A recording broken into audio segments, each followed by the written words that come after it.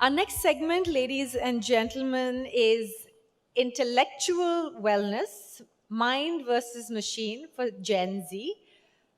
I'd like to invite our panelists on stage, starting off with Dr. Lillian Jasper, the Principal and Secretary of Women's Christian College, Chennai. She has served the college in various capacities as Dean of Residence, Coordinator of Internal Quality Assurance Cell, and Value Education.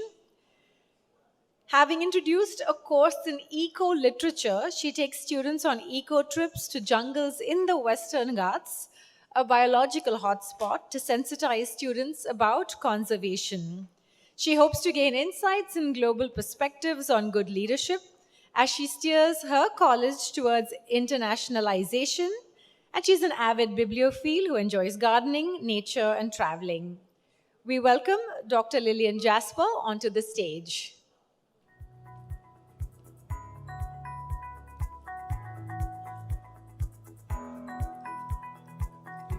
We have with us Colonel Gopal Karunakaran, former CEO and advisor of the Shiv Nadar Foundation. He spearheads the development of schools and helps establish newer benchmarks in academics, co-scholastic development, and pedagogy. His passion for education as a tool for social transformation has driven him to absorb rich and diverse experiences across all facets of school education, including policy, academic leadership, operations, and more. We welcome Colonel Gopal Karunakaran onto the stage. Rounding out the panel is Ms Padmini Sambasivam, the founding principal of the Shiv Nadar School of Chennai, a distinguished professional with over 28 years of academic and administrative experience. She has led some of the top institutions in India and overseas. She has been recognized with various awards and honors, and she has a philosophy focused on thriving rather than just surviving, and she views challenges as an opportunity to unlock her highest potential. Welcome, Ms. Padmini Sambasivam. Can we give her a big round of applause? This panel discussion, ladies and gentlemen, is being moderated by Ms. Barkha Dutt. So I hand over the panel to you, Barkha.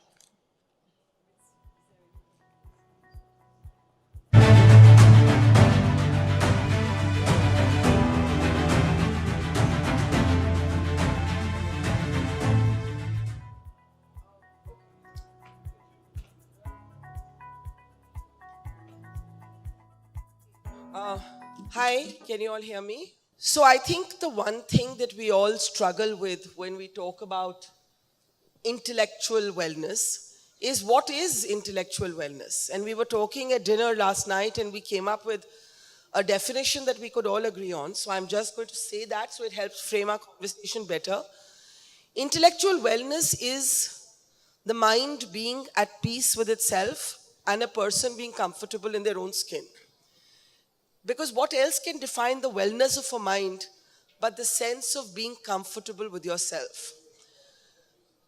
The bitter truth, however, is that our younger people today in particular, and this doesn't exempt people my age or our age, with the onslaught of digital media, are often deriving their idea of themselves from a phone screen, an Instagram handle, a filtered reality, a reality in which they always feel that somebody else looks better, is better, or has happier life than them. Many schools and institutions, educational institutions, colleges have adopted a no-phone principle. Is that enough? I'll start with you, ma'am. The no-phone principle, let's start there. The point is, kids for a few hours don't have a phone, then they go back home and their parents probably overcompensate with screen time. What was the idea behind the no-phone principle? I think it's Dr. Lillian's because she has students in college and I have little kids. Yes. I can start. Yes, whatever. you start. So basically, I think when we say no phones, because phones today, by research, we know that 96 times a day, people look into their phones because the push notifications that come, the alerts and the FOMO of people, or fear of missing out on something, is so high that the concentration level, or what we call attention fragmentation, is so high today. So if children who are coming into school are going to be allowed devices, the biggest problem is that if every 10 minutes, if somebody is going to get out of what they are supposed to be doing, and then it takes, by research, it says 25 minutes it takes to come back and get your focus into deep reading. So what's happening is attention fragmentation does not allow a child or a student to give his very best. And therefore, if at all we have to teach or show students why this is favorable for them, probably initially it looks like you're taking away a perk, but then we should first probably teach them how to intentionally use the digital world that is surrounding them, literally consuming them, and then forward it. So that's one reason that we say if you don't have it, like I think one of the panelists said that just because they kept a phone in front of a person for research, I'm sure she was they saying found, that, yeah. I'm sorry. Mr. Tharoor said it, and it's so true. And in all the research that we have seen, where three people have either Google or ChatGPT, the tendency is not to think for themselves. The tendency is to lean, and literally cognitive outsourcing is happening because you want to get a quick answer and not really do anything about it. And in early years, it's extremely important that we teach them to go slowly, but try to get some level of originality in their thinking. But you know, I have seen 5-year-old kids, 4-year-old kids. I have a niece who's about 6 years old, and every time I meet her, she actually reaches for my phone. And she is more comfortable changing the wallpaper, playing around with it, its settings, its camera, than even I am. And she's 6 years old. And my question to you is, you actually have a different kind of challenge.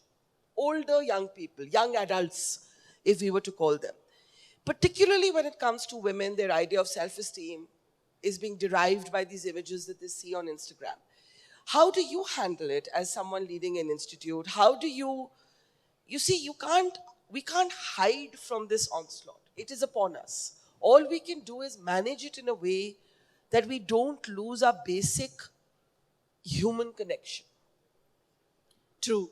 So what happens in WCC basically is that we have banned phones on campus, but at the same time, we've been teaching our faculty to use it creatively. So what happens is during class time, they allow them to take the phones for quizzes and different sort of things. Plus we have this Coursera component, which is compulsory for them. So we teach students to look at their phones as something which is not just for fun or entertainment, but for a more serious thing. And in campus, constantly we keep building on their metacognitive skills because prompting, you get information. Now, how do you critically analyze that? How do you look at it critically to see whether it speaks to you in some way, or how do you make it yours by being creative? So these are the skills that we're constantly emphasizing on. And that way, I think students also tend to look at all the material that they get. We have film studies, we have different things also to enable them to look at things critically. We also give them some theories on environmental or feminist or whatever so that they can look through those lenses. I think all that helps in many ways. So, sir, with you, you have a very interesting two hats. You spent your life in the army and then you came into education. And I think what I'm hearing, both our panelists say so far is community and mindful engagement. Sense of community, but also mindful engagement. The army taught you community. Nothing teaches you community than the army, where the Paltan is at the heart of living. How do you take that lesson into a classroom with young kids, knowing that even if you're able to keep the phones outside of the classroom for those few hours in school, when they go back, you're not able to necessarily control that environment. And in any case, all of us have been young at some point. We've all done what we're asked not to do. So will today's kids. So I think the villain of the piece is not just the phone or the internet.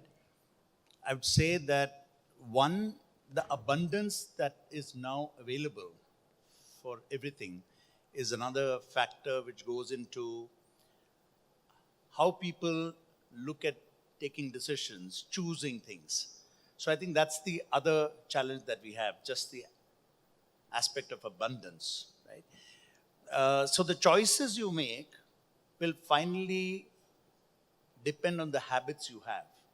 So in the army, it's fairly limited. Our life is well regulated. And I always go back to what we call the OODA loop. You know, how we take decisions is based on observation, orient, decide, and act. That's how the loop is. Now, when you look at that, there is such an abundance of choice. It centers around technology, awareness. So I think the fundamental issue is the decision-making pressure is much faster now, because you can get information at a lightning pace, so you're forced to take decisions, and that's where a lot of stress happens. So there is that aspect of it also. You know, the speed at which you have to take decisions now is so much faster because everything is available to you. So I think that's a less thought of, debated issue. There's the other aspect of choice. A lot of it is centered on the phone, so a lot of it is because of that. But I think taking it to the classroom, interestingly, in some ways, there's so many officers training academy cadets here. I mean, I must say that they are lucky that their life is going to be much better, because many of the things, being close to nature, living a physical life, having to lead a curious life is part of what we do in the army. The schools, by the way, are a safe space now because there are no phones. In Indian schools, there are no phones. Many Western schools have taken it away. But to answer directly what you're asking, Barkha, it's also time to continuously educate on parenting. And that's the only way that will help, because a young mind is going to be very bombarded by everything that they see in front of them. How early are you exposing them to screen time, to mobile phones, to the many dangers which are there also. But it's also about habit forming. It's about habit forming. So how do you get those habits right? And it's early days, it's only 15 odd years as far as India is concerned. But I think part of what we do in the institutions is about habit forming, including what happens at home. And how do you engage with parents? So to that extent, what it needs is for parents and schools and colleges to actually be broadly on the same side. Colleges is much tougher because, you know, there isn't that much active hands-on parental control. What I want to start with is the impact on learning.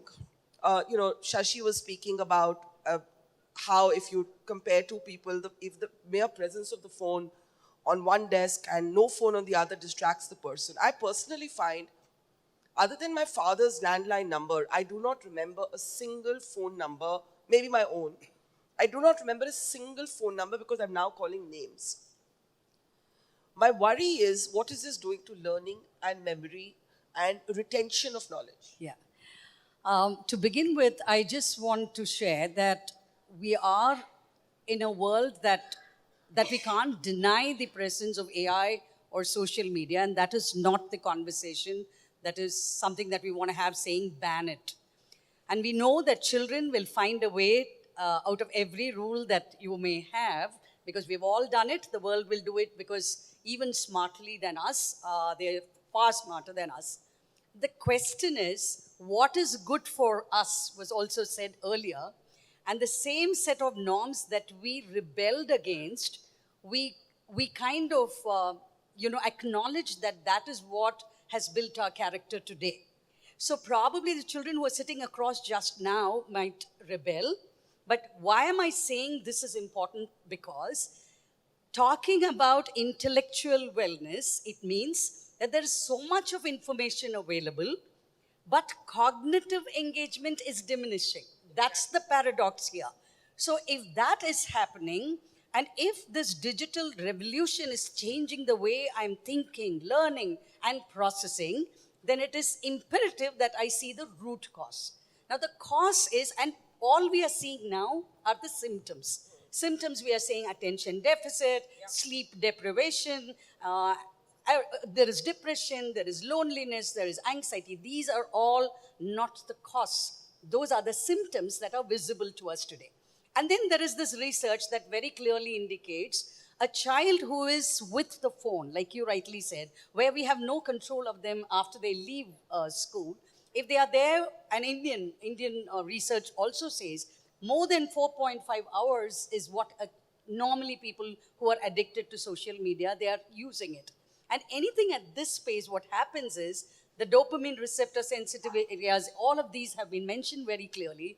But the key point that I want to insist as to why we are saying no phones, at least in school, with social media fundamentally, in a way that will cause negativity with respect to attention, is between the ages 9 and 25, the prefrontal cortex has a lot of development, which, like he said, And right up to planning, 25. decision, right up to 25. So planning, decision, everything is resting on it.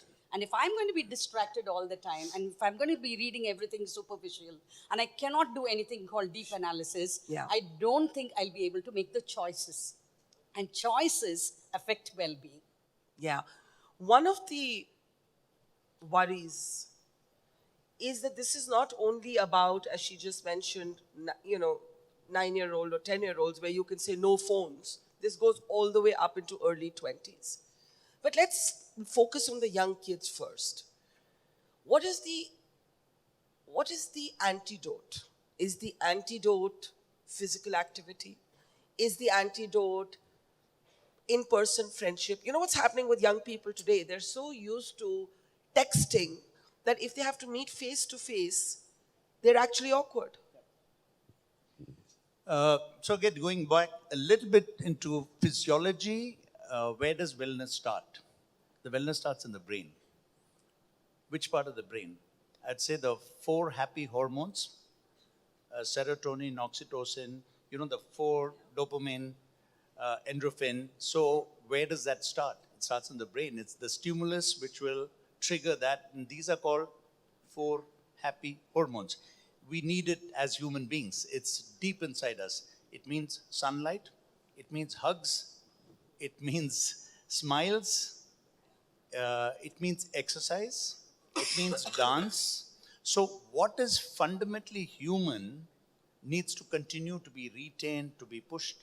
Schools, again, are tremendous spaces because it's automatic. It's happening there all the time. And good schools will push it a little more. We talked about reading and, it's been coming through since morning. But great schools will insist that reading books is central because pattern making happens there. And if you don't know what to ask in 10 years, we won't know what to ask ChatGPT and LLMs, right? So I think it's for the human endeavor to recognize this, go back to these sort of things which make us deeply human, promote social skills, recently we said, let's do a one-word on-the-spot essay across all grades. One word. One word. So, at high school, maybe we could say Trump or Israel. Yeah. But at junior school, you could say green, like Shabanaji was saying. Yeah. What does green mean, at your class 5? But that'll encourage pattern making. And also turning around what learning and assessment is. Learning and assessment has always been answers. Can they be questions? Are you asking the right questions? Can you reward people for asking right questions? That's where curiosity will come in and critical thinking will come in. I think that's what will be the challenge of education. Are you able to go back to these things? You're dealing, as I said, with an older demographic. Teenagers anyway, by definition, are wired to, be rebellious, be brooding, be in their own worlds, have defiant ideas. And especially, if I were to think back to being 17, 18, 19, that's when you're really challenging all accepted norms. When you come in and say, okay, this is good for you, this is not bad, this is bad for you, do it this way, do it that way, what are the challenges you face, especially when it comes to sort of this digital assault, which is, by the way, we haven't spoken about this, often very cruel. What is said on social media, because it's so unfiltered, is often very cruel. The flip side is this sort of world of Instagram where everybody looks thin and beautiful all the time is also, particularly for women, a very deleterious sort of reference point. True. So what we do is engage them in a lot of community activities. Every department has a lot of community programs and so on. So these girls go and see real life, and they go as teams. They enjoy these sort of, hands-on sort of things. Like I teach a paper called Eco Literature. I take them to the Western Ghats, and they do a lot of trekking. Initially, they're like, "Oh, how are we going to?" Because I take them deliberately there because there's no connectivity in many ways. Yeah. And so they're cut off. I tell them, tell your parents, first of all, that they can't speak to you for the next 2 days. And then they are there and they enjoy it. When I come back, I can see that visible difference in my classes. So I think that's what makes it, very interesting for them. And they know there's so much more to learn. It's not just that digital addiction, but there is something in what they are saying. And yes. You had this story about how a group of kids in one of the schools that you look after, they decided to do this project of taking public transport and going out for a few hours without their phones. So tell us that story. So it was a conversation around, India has many Indias. There are many societies which live within this country. So in schools which are for generally more privileged background, we also have the danger of living in our own cocoons, You go to a condominium, you live there, you have similar friends, you go to a school which is air-conditioned. I think the challenge there is the challenge of privilege. So I call it the disadvantage of privilege. So I spoke to them about the disadvantage of privilege. And this is what it is. The only way to break it is to do difficult things. And the easiest thing, of course, is sport, When you're playing sport, nobody cares who your father is and who your mother is, etc. You have to excel and you have to put in the hard hours.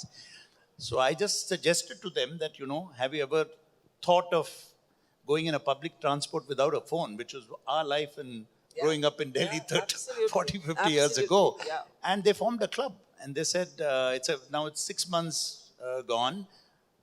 Tell the parents that, this is what we're going to do. But imagine what's happening in that day. You're looking out of the window, you're seeing things you haven't seen, you're sitting in a bus and seeing people you haven't seen. You go to probably more modest areas of the city, but you're actually getting patterns out. You're understanding the country a lot more. And I think that's at the core of what you were saying, go to the carts, do projects where there's no phone. So I think that wholesomeness of that experience is a great teacher, which we have to force now. It used to happen naturally. And from that springs an awkward question about parenting. Because, schools and colleges can't be in isolation of parents. And schools and colleges may be trying to inculcate one set of values which are at odds with values at home.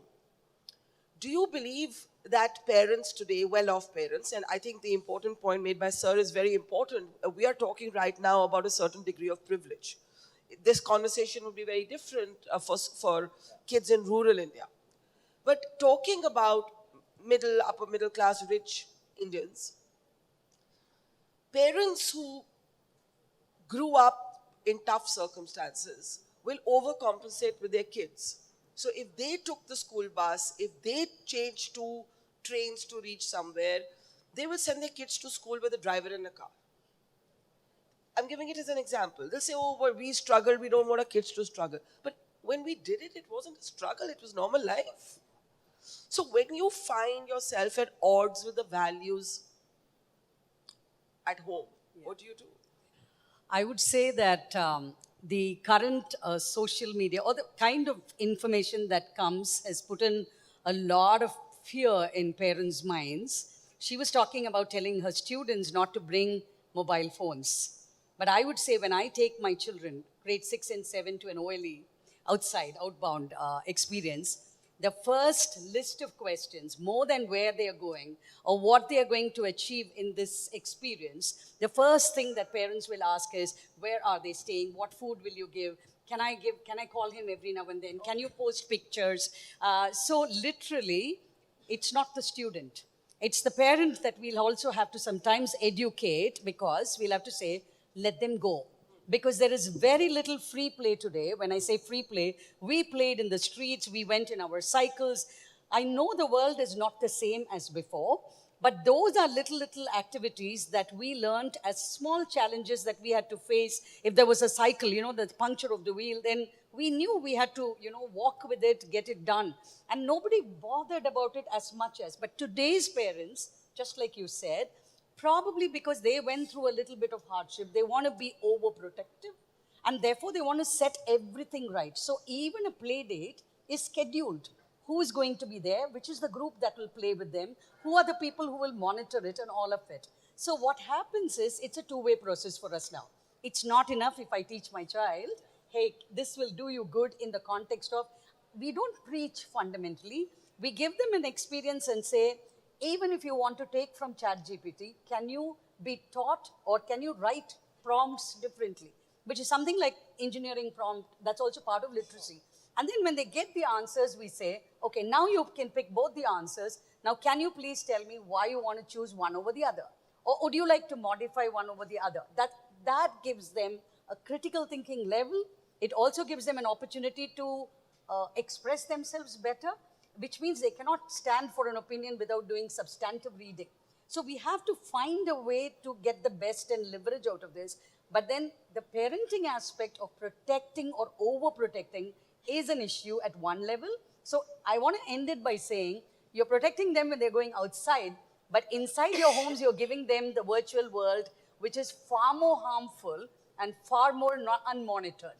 And that's the problem that we are facing today. I'll use a military maxim again. Yeah. Ship in harbor is the safest, but that's not what ships are meant to be or meant to do. That's right. So children are meant to be outside the door and playing and running around and taking the risk of falling, etc. So I think No, and I think I'm really struck by the over corsetting of kids, but also your thought that parents today feel if the child is at home sitting at her desk at the computer, that's safe. And I think what you're saying is the big bad world is not outside the door, it's sometimes at home in that computer. Space, We have 1 minute left. I want all three of you to give 30 seconds on what good can come out of this digital universe that we now inhabit. I think mindfulness can come if they use it sensibly. I think it opens your world to it opens your eyes to the whole wide world in many ways. For me, I would say it's a boon that we'll have to use it right. It's a double-edged sword, all right, but in schools, we'll have to teach them the 5 big things of, can you triangulate information? Can you look at the contextual understanding? Can you be culturally and ethically be a little more sensitive? And look for the source and its authenticity before you fall for standards that you believe the whole world is accepting, because social media can make you feel that way. Sir? I do something called non-Googleable questions and throw it at children. So I think just the challenge of what can't be Googled itself is great That's a fun. great one, yeah. Non-Googleable questions. So what can't be Googled? Does God exist? Why is it that I can tickle you, but I can't tickle myself? Many such things. From the small and the big, a world beyond Google is, I think, the world we must offer our children. That said, we've made it seem like this is all about kids. All of this applies as much to all of us. All of us are in danger of losing ourselves to our phones and the sort of illusions and delusions of that universe. Thank you so much to all of you. Let's have a big round of applause for our panel. Thank you. Thank you. Thank you to Colonel Dev Sam and all the entire Radiant team for inviting us and giving us this opportunity. Thank you so much. And thank you, Barkha. Thank you. Thank you so much to all of our panelists and Barkha. Calling on Colonel David and Dr. Renuka, along with Dr. Tharoor, to please present a memento to our dignitaries on stage.